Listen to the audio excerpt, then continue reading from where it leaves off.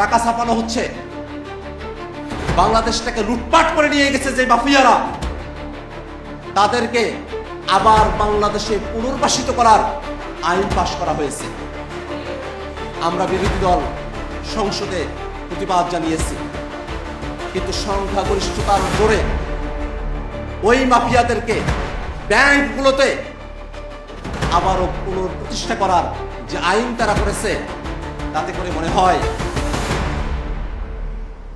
শুধুমাত্র চেয়ারের মালিক পরিবর্তন হয়েছে, ওই চেয়ারটা আগের যা কিছু করত সেই জায়গাটাতে আর একটা দল এসে শুধু বসেছে, আর কোনো জায়গায় কোনো পরিবর্তন হয় নাই। আমরা বিএনপির বন্ধুরা যারা আছেন তাদের প্রতি আমাদের আশাবাদ আছে। আমরা একসাথে লড়াই করেছি। এই বাংলাদেশের মানুষ 17টা বছর ধরে নির্যাতিত হয়েছে।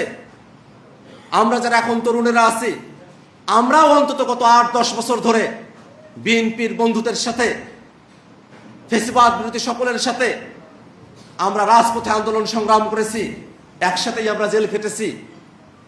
আমরা যখন যে জেলখানায় ছিলাম তখন সেখানে বিএনপির লোক ছিল, জামাতের লোক ছিল, ফ্যাসিবাদ বিরোধী সকলে ছিল, আলেম থেকে শুরু করে নিয়ে সিভিল সোসাইটির মানুষ যারা ফ্যাসিবাদের বিরোধী ছিল, একসাথেই আমরা ওই জেলখানার কুঠুরিতে যখন ছিলাম, যখন এই বাংলাদেশ থেকে ফ্যাসিবাদ বিতাড়িত হতে পারে এমন কোনো আশাও যখন ছিল না, তখন কিন্তু আমরা সকলে একসাথেই উপলব্ধি করেছিলাম এই যে বাংলাদেশ রাষ্ট্রে শুধু হাসিনাই সমস্যা না, হাসিনা যে কাঠামোর মধ্য দিয়ে হাসিনা হয়ে ওঠে সেই কাঠামোটাও সমস্যা, সেই কাঠামোতে পরিবর্তন প্রয়োজন।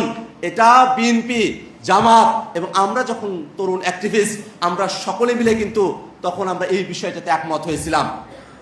তার এই ধারাবাহিকতায় বিএনপি রাষ্ট্র মেরামতের, রাষ্ট্র সংস্কারের জন্য তারা অনেকগুলো দফা তারা দিয়েছিলেন, কিন্তু ক্ষমতায় আসার পরে এই যে দীর্ঘ সময় ধরে রাষ্ট্র মেরামতের আলাপ বিএনপি দিল, সে আলাপ থেকে তারা নিজেদেরকে দূরে সরে রেখেছে।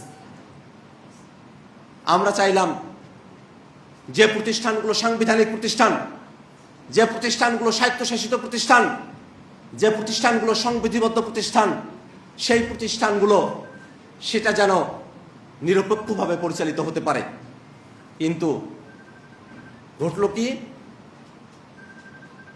সাংবিধানিক প্রতিষ্ঠানগুলোতে নিয়োগ দেওয়ার জন্য যে বিধান জুলাই সনদে আমরা সকল দল মিলে একমত হয়েছিলাম, সে বিষয়গুলো তারা আর বাস্তবায়ন করতে চায় না। তারা জোর জবরদস্তি করে বাংলাদেশ ব্যাংকে এমন একজনকে গভর্নর করেছে, জাতি হিসেবে আমরা একটা খাদের কিনারায় চলে যাওয়ার প্রান্তে আছি।